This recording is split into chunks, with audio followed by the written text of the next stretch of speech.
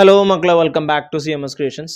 നമ്മൾ നോക്കാൻ പോകുന്നത് +1 മാത്തമാറ്റിക്സിൽ ചാപ്റ്റർ 3 ട്രിഗണോമെട്രിക് ഫംഗ്ഷൻസ് എന്ന് പറയുന്ന ചാപ്റ്ററിലെ എക്സസൈസ് 3.1 ക്വസ്റ്റ്യൻ നമ്പർ 5 ആണ്.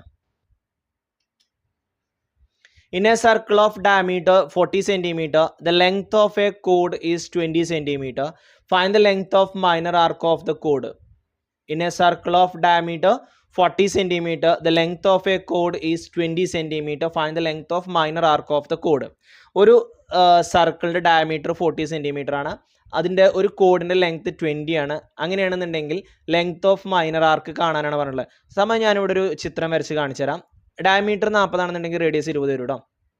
ഒരു സർക്കിള്, അതിനൊരു ഡയമീറ്റർ ഒരു കോഡ് വരച്ചിട്ടുണ്ട്. ആ കോഡിൻ്റെ നീളം 20 ആണ്. അപ്പോൾ ആ കോഡ് നമ്മൾ സർക്കിളിനെ രണ്ടായിട്ട് ഡിവൈഡ് ചെയ്യും കേട്ടോ. ഈ കോഡിന് താഴത്തേക്ക് ഒരു ഭാഗം, കോഡിന് മുകളിലേക്ക് ഒരു ഭാഗം. അപ്പോൾ ഇവിടെ ഇങ്ങനെ വരച്ച് കാണിച്ചാൽ അതിൻ്റെ ഇടയിൽ ത്രികോണാക്കി ഞാൻ വരച്ചിരിക്കണല്ലോ. അപ്പോൾ ഇതാ ഇവിടെ നിന്ന് ഇങ്ങനെ ഒരു കോഡ് വരച്ച് കഴിഞ്ഞാൽ ഇത് മേജർ സെക്ടർ എന്ന് പറയും.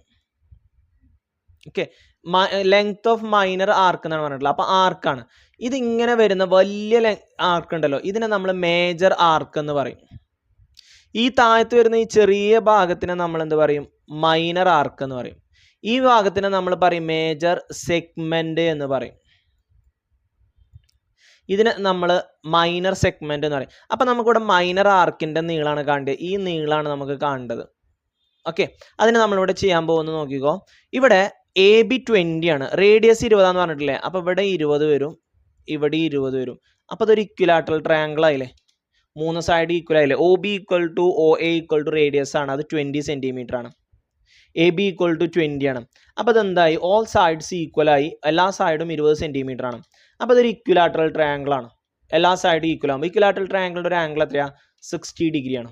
All angles are 60 degree. അപ്പോൾ നമുക്ക് സെൻട്രൽ ആംഗിൾ കിട്ടി കേട്ടോ. AOB എന്ന് പറയുന്ന ഈ സെൻട്രൽ ആംഗിൾ കിട്ടി. ഇനി ആർക്ക് ലെങ്ത് കാണാനുള്ള ഇക്വേഷൻ യൂസ് ചെയ്യാം. നമ്മൾ ഇവിടെ യൂസ് ചെയ്യുന്ന 2πr × x/360 ആണ് കേട്ടോ, അല്ലെങ്കിൽ 2πr × θ/360 ആണ്.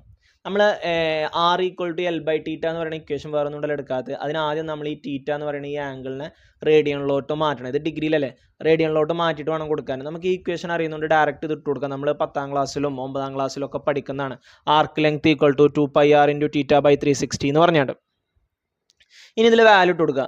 2π × r, റേഡിയസ് എന്ന് പറയുന്നത് 20 ആണ്, θ എന്ന് പറയുന്നത് 60 ആണ്. ഓക്കെ, ഇതിൽ കട്ട് ചെയ്യാൻ പറ്റുന്നിടത്തോളം നമുക്ക് കട്ട് ചെയ്യാം. ഇതാ ഈ 6ൻ്റെ 0യും 0യും പോയി. r-നെ r-ആയിട്ട് ഡിവൈഡ് ചെയ്യുമ്പോൾ 1 ആണ്, 36നെ r-ആയിട്ട് ഡിവൈഡ് ചെയ്യുമ്പോൾ 6 കിട്ടും. ഓക്കെ, ഇനി നമുക്ക് കട്ട് ചെയ്യാൻ പറ്റും. ഇതാ ഈ 2ൻ്റെ പകുതി 10 ആണ്, 6ൻ്റെ പകുതി 3 ആണ്. ഇനി മൾട്ടിപ്ലൈ ചെയ്യുക. 2 × 10 എത്രയാണ്? 20. അപ്പോൾ 20π/3 എന്ന് വരും.